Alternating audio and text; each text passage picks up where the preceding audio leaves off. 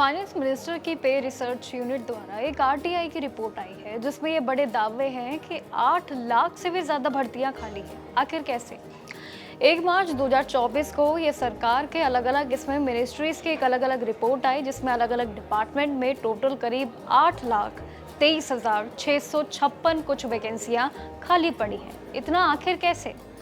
देश भर में सिविलियन स्टाफ के टोटल करीब 39,23,212 कुछ यहाँ पे सेक्शन पोस्ट की एक अलग गणित है और इसमें से सिर्फ 30 लाख पर ही यहाँ पे एम्प्लॉयज काम कर रहे हैं। इतने सारे एम्प्लॉय काम कर रहे हैं लेकिन फिर भी पद खाली। अब जिसका मतलब ये कुल मिला के बैठता है कि जो पूरी सेक्शन कैपेसिटी की लगभग करीब 21% यानी कि 20% का हिस्सा जो है, ये सबसे ज़्यादा वैकेंसियाँ डिफेंस मिनिस्ट्री के खाते में जो खाली हैं। सिविलियन एस्टैब्लिशमेंट में अगर बात करूं तो यहाँ पे 5 लाख से भी ज़्यादा पद ऐसे हैं जो खाली पड़े हैं और जिसमें से काम कितने कर रहे हैं? सिर्फ 2 लाख पद पे लोग।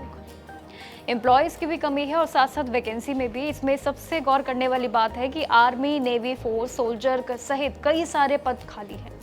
इसके बाद भी रेलवे में भी 14 लाख से भी ज़्यादा सेक्शन पोस्ट में से 2 लाख से भी ज़्यादा पोजीशन वैकेंसियां हैं।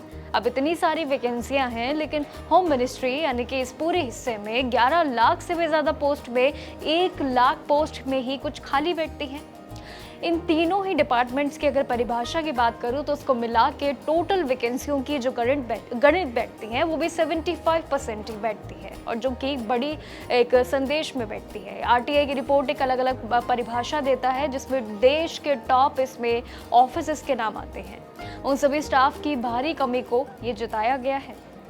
अब बात करूं सचिवालय की तो यहाँ पे भी एक अलग गणित है। 803 ये पोस्ट में से सिर्फ 287 कुछ पोजीशन पे ये खाली पड़ी है पोजीशन।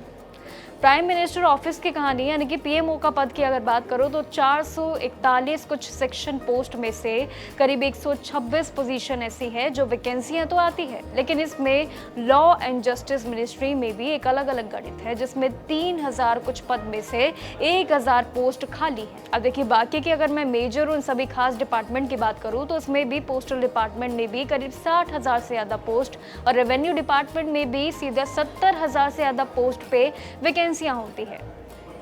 वहीं सोशल और एग्रीकल्चर सेक्टर में भी लेबर मिनिस्ट्री में भी 2000 कुछ पद हैं जिसमें 40% से भी ज़्यादा और एनवायरनमेंट मिनिस्टर की बात करूं तो यहाँ पे भी 1000 से ज़्यादा पद पे एक अलग गणित है। एग्रीकल्चर मिनिस्ट्री में भी एक अलग से इस बार गहराई जताई गई है जिसमें एनिमल हस्बेंड्री भी ऑप्शन पे आता है और हेल्थ के ऐसे कई मिनिस्ट्री ऑप्शन भी है। ऐसे पद है जिसमें आयुष के करीब 233 और हेल्थ रिसर्च के लिए भी करीब 30 से ज़्यादा पद शामिल है। इतने सारे पोजीशन के मैंने नाम लिए हैं, इतने सारे मैंने गणितों को यहाँ पे बयां किया है जिसमें ये साबित दिखता है कि ये 8 लाख का ये जो पूरा गणित बैठता है या 8 लाख की जो वैकेंसियाँ बैठती है, आखिर किस किस वैकेंसियों पे भारी कमी देखने को मिल रही है।